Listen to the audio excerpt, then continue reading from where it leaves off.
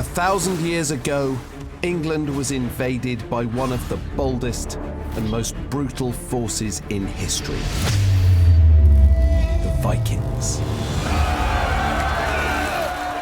The Vikings had a gruesome reputation for unleashing death and destruction wherever they went. The horrors that followed their invasion left towns and villages across England pillaged and burning. And their murderous rampage would change the country forever. In the autumn of 1015, thousands of Vikings set sail from Denmark. It was one of the greatest fleets of longships the world had ever seen. They were hell-bent on conquering the English and declaring their young leader, Canute, as king. The first Viking to be crowned as ruler of all England. I'm Dr. Zand van Tulleken, and over 3 programs we're telling the bloody story of the Viking conquest chapter by chapter. How they conquered England, seized the crown, and changed Britain forever. In this series, we reveal the horrifying brutality of Canute's bloody campaign, but we'll also get to know the real Vikings. We think of Vikings as being like football hooligans, but actually the picture you're painting here is an elite fighting force. In this first program, Canute and his Viking army prepare for invasion. This is like razor sharp. And begin the treacherous journey to Britain, before launching their bloody assault on the English king and his men. What is blood eagling? It basically involved cutting away the back of a victim and shaping their body as if it was an eagle with wings. This is a story of blood, conquest, and kingdom. This is the Viking invasion of England.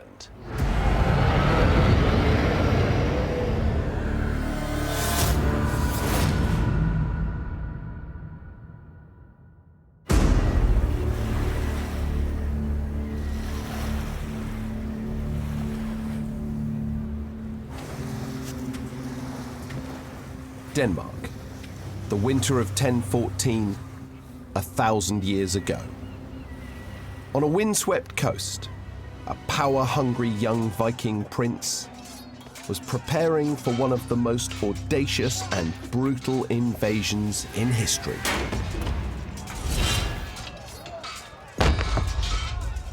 His goal was the total conquest of England, one of the richest and most powerful lands in Europe. His name was Canute. Canute was the king of Denmark's brother, and although maybe as young as 15, he had already assembled his own army of fearsome, battle-hardened warriors. But to steal the English crown, he needed thousands more. Just the year before, Canute and the Vikings had invaded England, led by Canute's father. They had defeated the English, but victory was brief. Canute's father died suddenly, and Canute was forced to flee back to Denmark. This time, he was determined to return and seize the English crown for himself. Now he began recruiting an invincible army of warriors from across the Viking world. At the time, the Vikings ruled Scandinavia. Through bloody assaults, they had conquered parts of modern-day Poland and Russia and spread east as far as Turkey. To the west, they ruled over some of Scotland and Ireland. From his base on the coast of Denmark, the young Canute now sent messengers to the Viking rulers of these territories, calling for warriors to join his invasion force.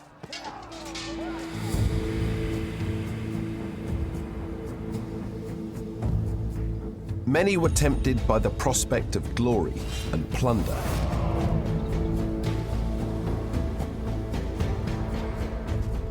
As winter turned to spring, then summer, thousands of men began to answer Canute's call to arms and head to his stronghold in Denmark. This is the mighty Viking fortress of Trelleborg. And I have to say, being here, I really get a sense of the symmetry, the organisation, the power of the Vikings. This is the best preserved example of a Viking fortress like this anywhere in the world.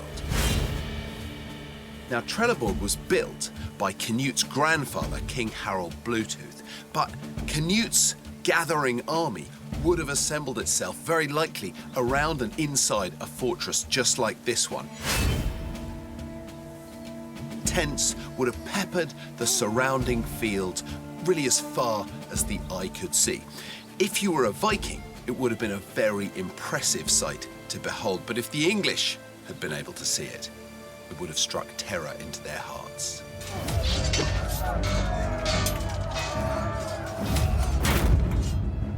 Canute's own base was probably close to the coast and his fleet. It would have been regimentally organised with military precision. The encampment becoming increasingly rammed with Viking warriors throughout 1015. Every day, from dawn till dusk, they trained, honing their battle skills, preparing for invasion. This was a fearsome band of brothers and a disciplined fighting force. It's possible I'm a bit late in life for this, and maybe I haven't got the physique or the temperament, but I'm keen to find out what it took to become one of Canute's invading Vikings.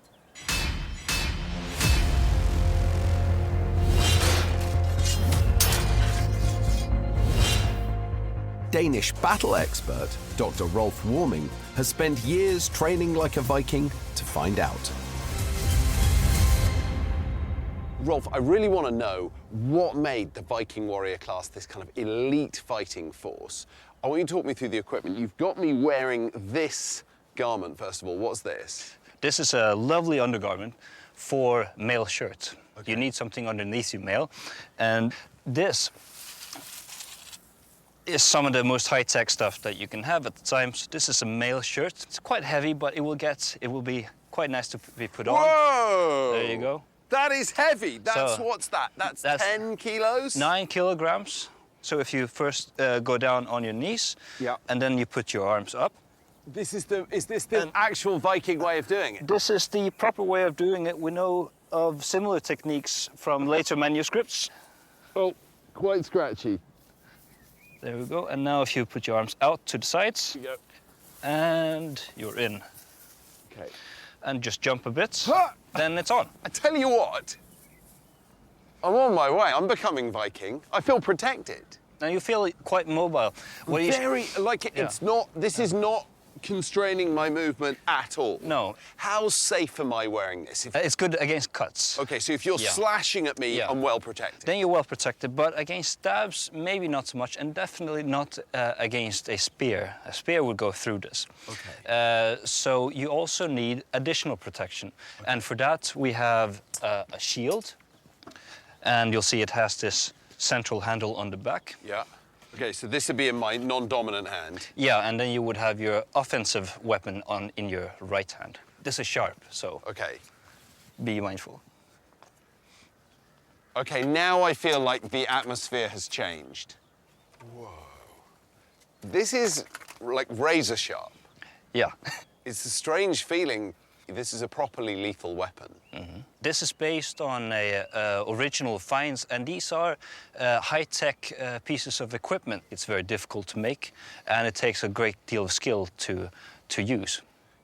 Expensive? Very expensive. But the mail you're wearing is actually even more expensive. Now, this is a nasal helmet. It doesn't have horns. So there's no evidence that the Viking Age helmets had horns. King Canute's army would definitely be wearing this. Okay. There we go. Do I look intimidating? Not quite there yet, I think. Another piece of equipment is this broadaxe. This you would be using for hacking heavy infantry, horses on the battlefield as well. Cavalry starts appearing around this time, so this is a very useful tool for many things, like the Swiss Army knife of the Vikings. Wow. Can I have a go? You can have a go at the melons, yes. Melons, perfect, okay. Ah! Ahead of my enemy. So this is the final lethal blow. Here we go. Ah! Okay. I feel like I should be much more fit and strong and muscular to do any of this. I don't think they would put you in the front ranks, but Do we know any Viking war cries I can do? you can shout Trelleborg. Because I'm from Trelleborg? Yes. Okay. Trelleborg!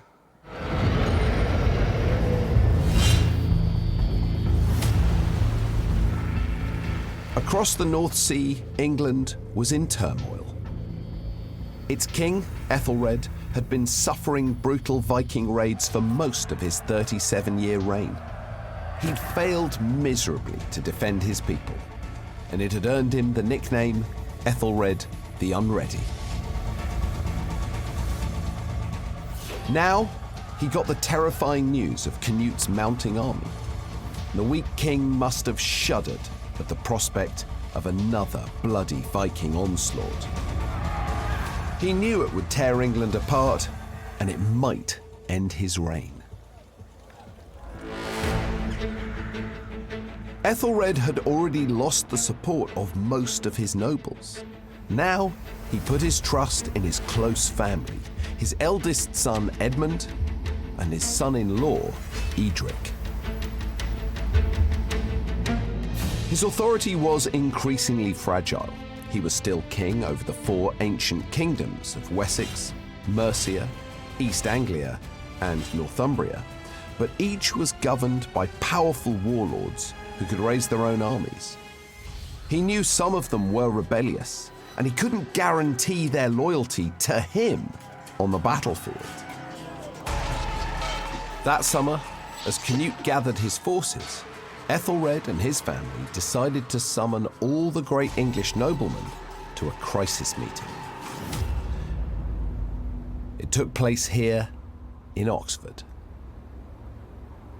Ethelred desperately wanted to win the support and loyalty of all his mighty lords. He needed their support and their armies to have any hope of defending England against Canute's Viking hordes and saving his own neck. Now, the king's closest advisor was his son-in-law, Edric, the ruthlessly ambitious ruler of Mercia. And together, Ethelred and Edric hatched a plot to be carried out at the Oxford meeting. Their aim was to scare any rebellious lords into falling into line. Two of the most rebellious were northern warlords, brothers Siegfried and Morcar. Now Edric persuaded them to attend the Oxford meeting and then invited them to a feast at his home. The brothers accepted and went in unarmed. Even in this brutal time, the rules of hospitality were sacred. Weapons were left at the door when feasting. But Edric had a ruthless plan. And while they were being entertained, the two brothers were attacked and savagely murdered. What took place in Oxford was disastrous for King Ethelred. Rather than uniting the mighty warlords behind him, there was an eruption of disgust and dissent. As they left the great meeting, many of the nobles had already decided to turn against their king, but among them, most shockingly, was his son and heir, Edmund, who'd known the murdered brothers. The royal family itself was now split into opposing factions, and this would have disastrous consequences for the people of England. Soon, word of the chaos in England reached Canute. There had never been a better time to strike. So to the hair-raising sound of drums and horns, the thousands of Viking warriors started boarding their vast fleet of warships to set sail across the North Sea. The Viking invasion of England had begun.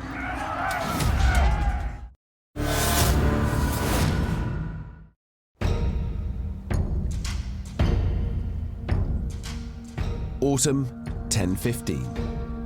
An immense fleet of hundreds of Viking warships loaded with thousands of warriors set out from Denmark across the North Sea. Their ambitious young leader, Canute, was intent on invading England and seizing the crown for himself. But the mighty fleet of warships assembled with thousands on board now faced a perilous journey across this notoriously treacherous sea. Planning the invasion, assembling the vast horde of warriors, and fitting out enough ships to carry them all to England had taken nearly a year. Now, with the arrival of autumn, the weather in the North Sea was very likely to be bad.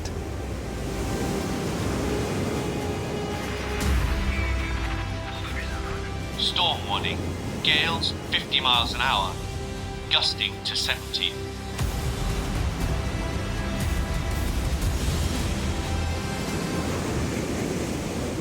Doesn't sound good, does it? Today, of course, we have amazingly reliable weather forecasts to help ships keep safe at sea. But back then, in the autumn of 1015, the Viking fleet were literally sailing into the unknown. They'd missed the summer window of calmer seas and were now vulnerable to unpredictable, ferocious autumn storms. The crew would have known that not all of them would survive. By early September 1015, the Vikings finally set sail on their treacherous journey. Plotting a course from the tip of Denmark, across the North Sea to the tip of Kent, probably hugging the coast of mainland Europe as much as possible, the warriors had no idea how long the journey might take, possibly days, but maybe as much as 2 weeks if the weather was bad.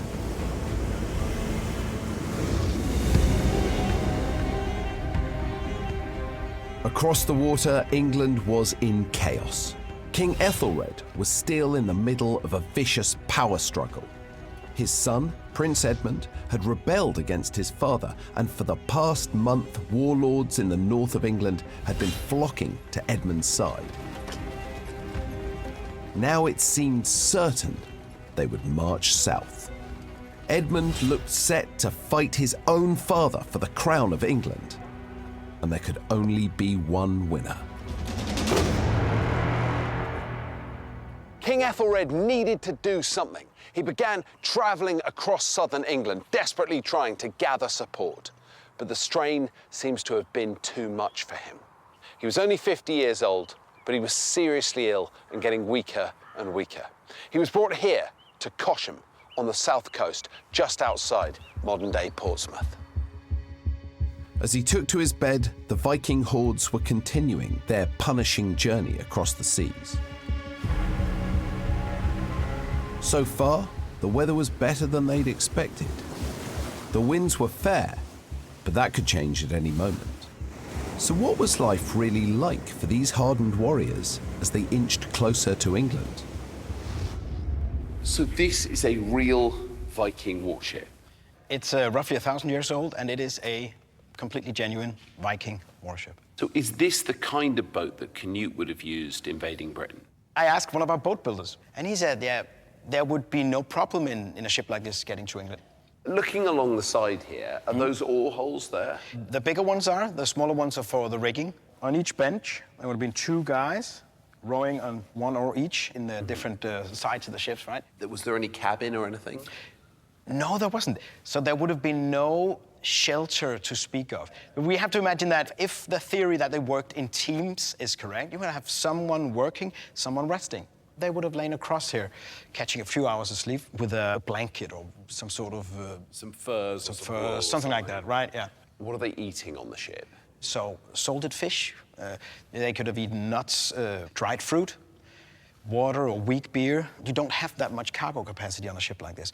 You would only have room enough for food and drink for perhaps 4 days. We actually have Icelandic sources telling us about how they divided longships into sections. And each section has a very specific set of tasks.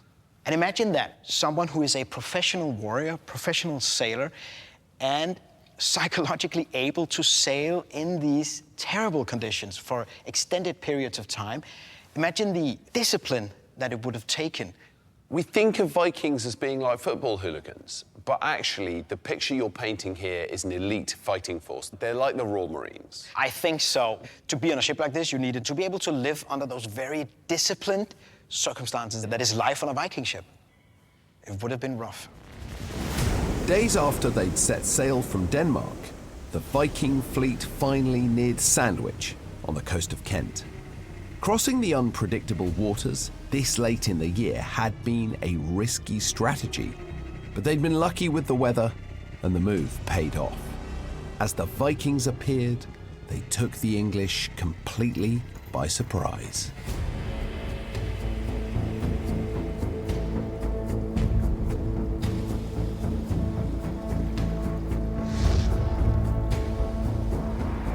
The desperate English stood here would first have seen a few longships arrive to seek shelter in the bay. Over the next hours and days, their numbers swelled. And with each new arrival, the panic and dread would have grown. Soon, Canute's vast fleet filled the entire bay. Now, the people of Kent had suffered many bloody Viking assaults before, but the scale of this was horrendous. The locals had good reason to be afraid at the sight of such a vast fleet.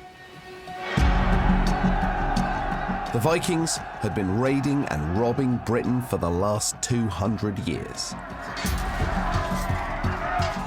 Even with small raiding parties, the Vikings had recently caused monstrous levels of destruction, burning buildings, kidnapping and murdering without mercy in their lust for loot.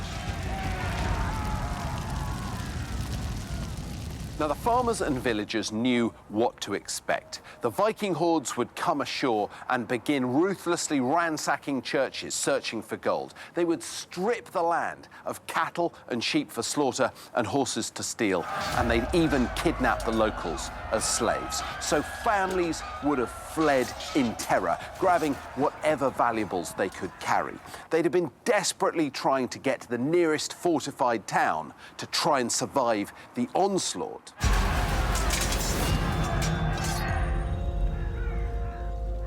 If caught, the English knew the Vikings would demand that they hand over their riches and mercilessly slay anyone who refused. It was pure, savage blackmail. Throughout his reign, the king himself had even paid up time and again to make the Vikings leave. But this had backfired, fueling the Vikings' desire to raid even more viciously year on year on year.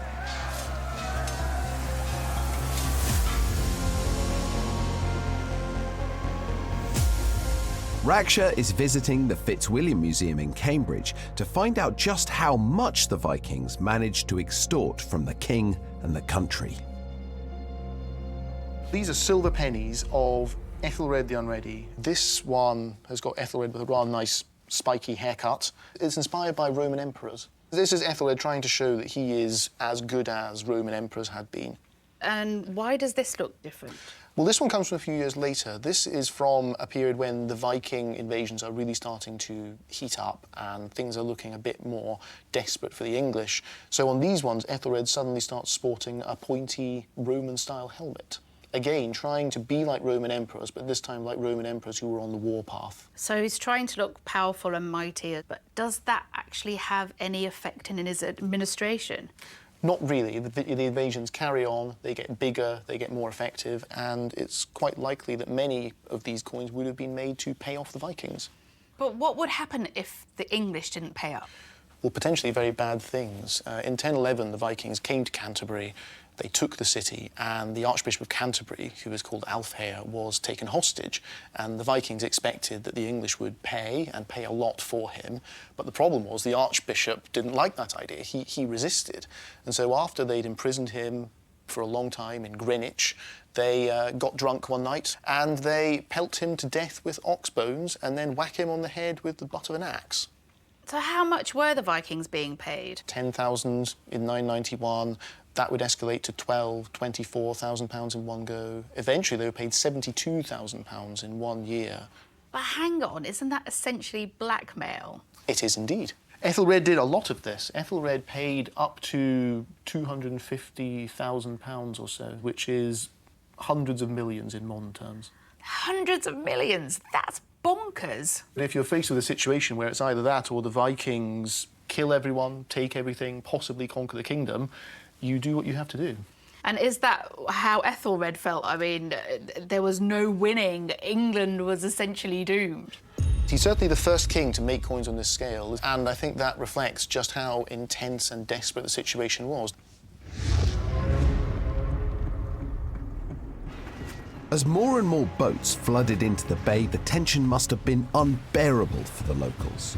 With such vast numbers, they would have imagined the Vikings were about to launch the largest, most brutal raid they'd ever suffered.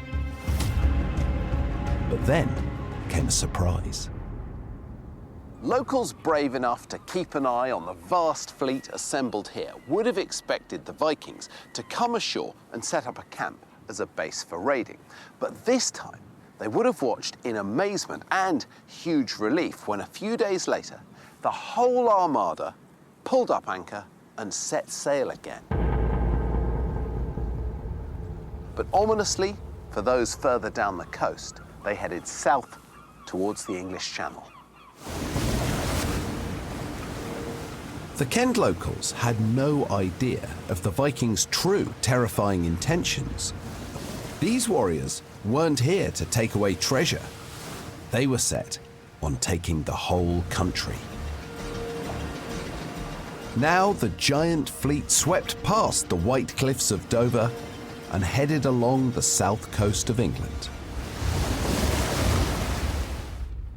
News of the Viking fleet's arrival and rapid departure from Sandwich would have been brought by fast horse to the king here at Cosham. Now, Ethelred would have immediately understood what the size of the Viking fleet meant. This was a full-scale invasion. So now the king sent orders for an army to be hurriedly raised to confront the Vikings, but Ethelred was too sick to lead this army himself. Instead, abandoned by his own son Edmund, he now entrusted the defence of his country to his chief advisor and son-in-law, Edric. It was a decision he would come to regret.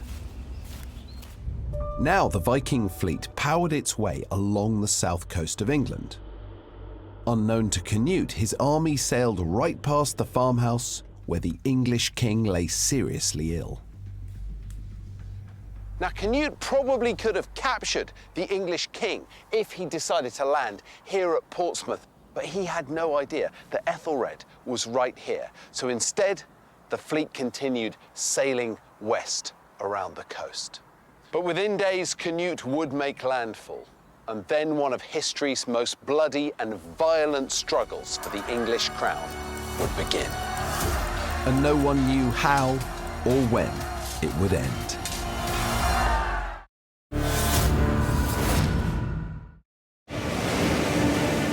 England, October 1015. The atmosphere was growing more tense by the day.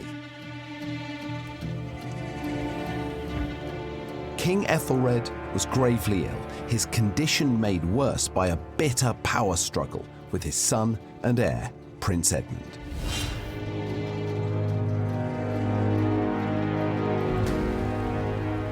The north of England was now in Edmund's control.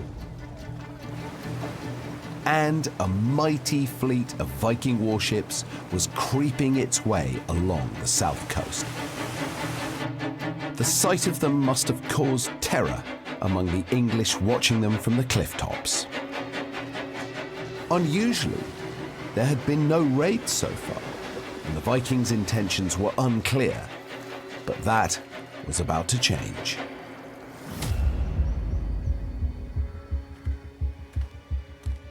The fleet finally stopped at the mouth of the River Froom, near Wareham in Dorset. At the time, the river was a main artery leading into one of the 4 original English kingdoms, Wessex. Canute had chosen to stop here because these were the lands directly controlled by King Ethelred himself. This was the heart of his power and support. If Wessex fell, so would the king and the country. Here on the River Frome, the Viking warships came into their own. These craft were ingeniously built. Not only could they traverse huge seas, but they could travel upriver, powered by either sail or oarsmen. So while the English army was forced to trudge along muddy roads through bogs and forests, the Vikings in their ships could navigate up rivers like this with ease and speed. Using the river like a modern-day motorway, the Vikings began to drive their vast army quickly inland as far as possible, so that they could attack before the English could rally and put up a fight.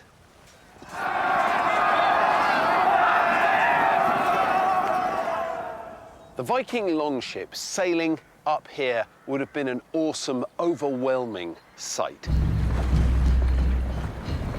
Snaking along the river, the fleet would have stretched for over 1.5 miles, the decks bristling with thousands of gruesome warriors. Families living and working here on the banks of the river would have watched them pass with dread, completely powerless. By late autumn 1015, the fearsome Viking force had penetrated deep into the heart of Wessex. Now, after weeks on board, the Viking army would have been out of food. To survive, they began to pillage.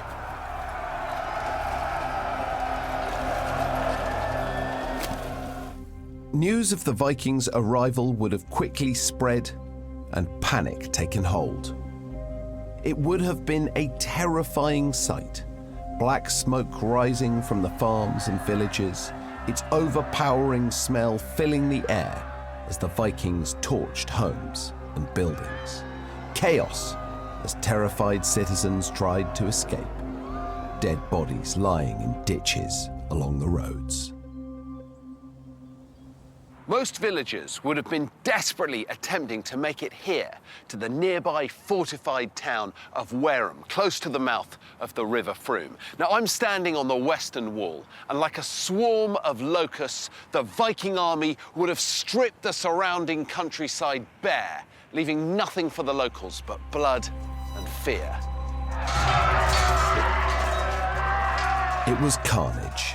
Canute's Viking army was now rampaging unhindered across Dorset, Wiltshire, and Somerset. A sense of terror engulfed the region. In 1015, the entire population of England was about 1 million. Villages and towns only had a few hundred residents. So with thousands of Scandinavians descending on Wessex in a stroke, the Vikings would have easily outnumbered any local resistance.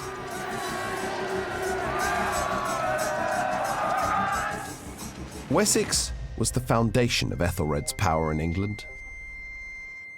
He'd already lost northern England to his rebellious son Edmund.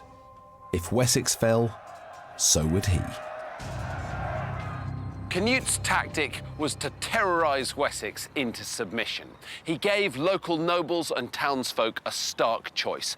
Open your gates, surrender, and then you'll live. If not, the consequences would be dire. A writer at the time tells us what happened if you attempted to resist. A part of the city was burnt. Some were slaughtered with the sword, some destroyed by the flames. The women were dragged by their hair through the streets of the city, and then being thrown into the flames were thus put to death.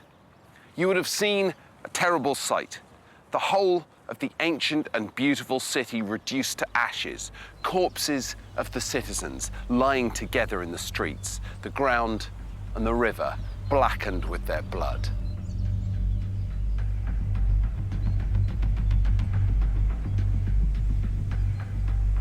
Towns across Wessex quickly began to surrender. The Vikings demanded the nobles hand over members of their close family as hostages. Normally, they were sons or brothers.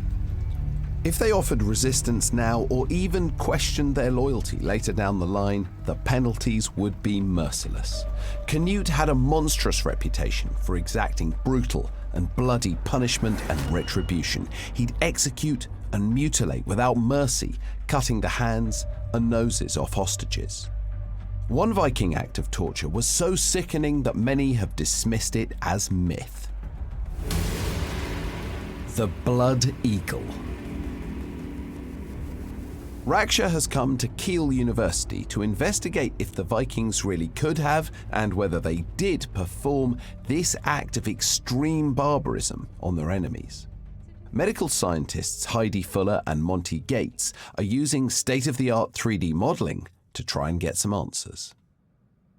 We saw depictions of the Blood Eagle on TV, and it got us quite interested, and we started reading about it.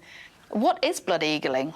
It basically involved cutting away the back of a victim and shaping their body as if it was an eagle with wings. What you're describing actually requires a lot of surgical skill and equipment. Did the Vikings actually have that? So the first stage would have involved cutting the skin and the muscles away from the back. Anyone with skill in butchery could have performed that quite quickly. I mean, surely they would have just passed out by now. Even if you were the hardest Viking warrior, having all the flesh torn off your back probably would have sent you into shock anyway. But physiologically, it's possible to stay alive. But where it becomes not possible to stay alive is once you open the back. If you open up the thorax, you open up your chest, your lungs will collapse. And the second thing to note is that that's your descending aorta. If you cut through here, you would open up that artery, and immediately all of the blood that exists in your body would just come out. So when we see depictions of this in movies, there's still somebody that's alive as they grab their lungs out and they're dying this painful, slow death. You're saying that wouldn't happen? That's one thing we can say with certainty, that the victim would not have been alive. Do you think it's possible that an invading Viking army could come and use this on the Anglo-Saxons when Canute came over? Quite possibly. Whether the Vikings actually did it or not, the important thing was the story was out there that this may happen to you if you cross us. Through autumn 1015, town after town in Wessex had surrendered. Canute's Viking army were now homing in on the greatest prize of all, Winchester, the capital of England at the time. And if Winchester fell, crown and country would surely be brought to its knees. England would be slave to the Vikings once and for all.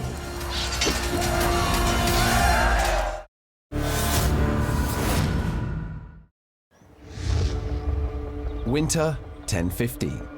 The future of England's crown hung in the balance. In the north, King Ethelred's treacherous son Edmund was rebelling, intent on seizing his father's throne for himself. In the south, Canute's ferocious Viking army had bludgeoned most of Wessex into submission with terrifying brutality.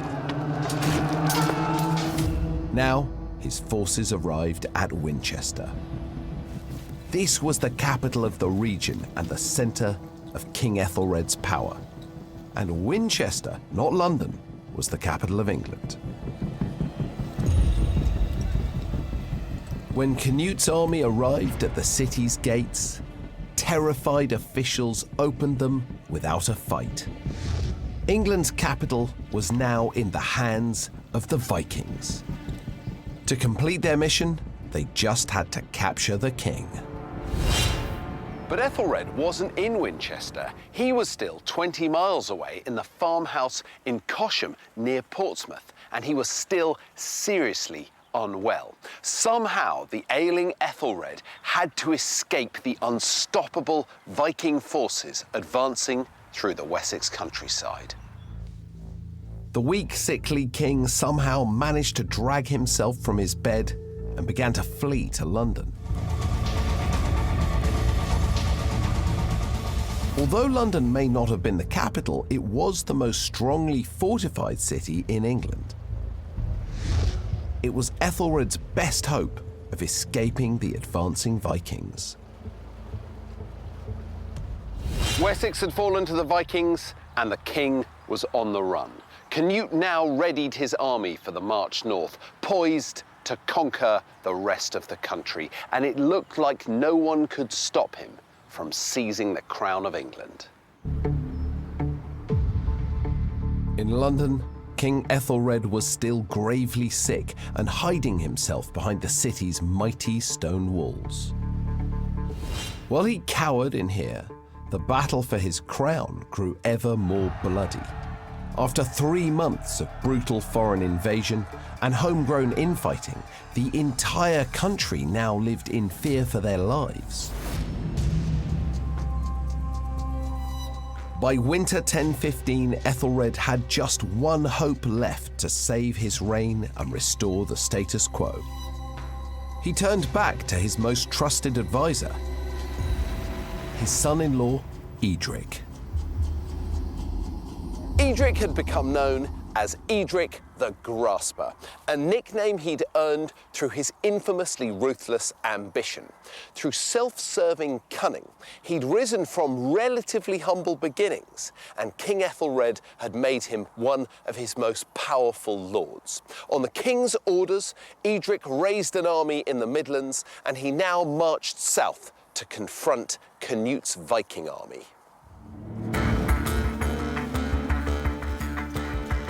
The two armies confronted each other, and the scene was set for a bloody final battle for the crown of England. But Edric the Grasper had other ideas. He now sent a message asking Canute to meet him face to face. At that meeting, Edric committed one of the greatest acts of betrayal in English history. Now, Edric believed that the battle for England was a lost cause, and he was not prepared to risk his own skin out of loyalty to his old friend and father-in-law, King Ethelred. Edric agreed to join Canute and the Vikings and to turn his army on the king, but on the condition that he got to keep his title and his vast land, Mercia, in the Midlands. Canute was happy to agree.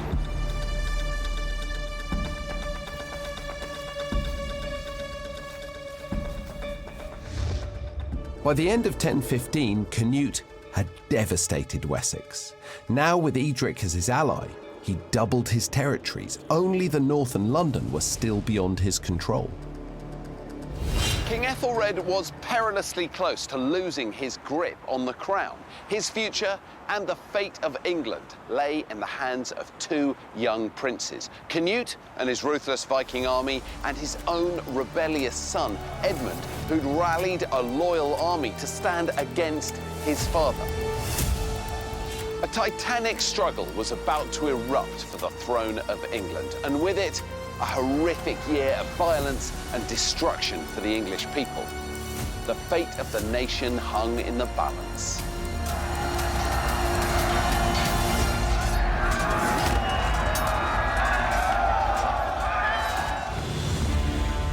Next time, we continue the brutal story of Canute's Viking invasion as the Viking rampage intensifies and the invaders reach the north. Writings of the time said the deep river flowed over the bodies of the dead Northumbrians. As England's Prince Edmund raises his own ferocious army to fight back, we reveal evidence of horrific English savagery.